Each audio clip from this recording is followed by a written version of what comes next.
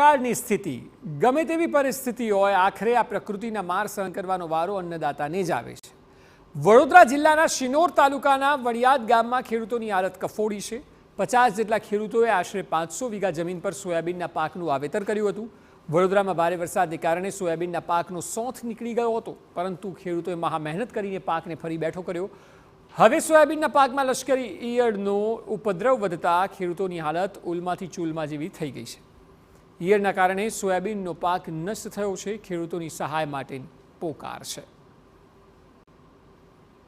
વડિયાદ ગામમાં 50 થી 60 ખેડૂતોએ આશરે 500 વીઘા જેટલું સોયાબીન કરેલું હતું। તેમાં છેલ્લો વરસાદ પડવાથી લગભગ 200 થી 250 વીઘા સોયાબીન ફેલ ગયેલ છે। ત્યારબાદ અમે બેરે સોયાબીન ઊભું કર્યું હતું। ત્યારબાદ લશ્કરી ઈયળ પડવાથી તેનો પણ અમે વારંવાર દવા છાંટવાથી તેનો પણ કંટ્રોલ રહ્યો નથી અને સદંતર નિષ્ફળ ગયેલ છે અને શીંગો પણ લાગી નથી। તેથી સરકારને અમારી નમ્ર વિનંતી છે કે સહાય જાહેર કરે, બાકી અમે ખેડૂતો પાયમાલ થઈ જઈશું। વરસાદ વધારે પડવાથી સોયાબીનને ઘણું નુકસાન થઈ ગયું હતું।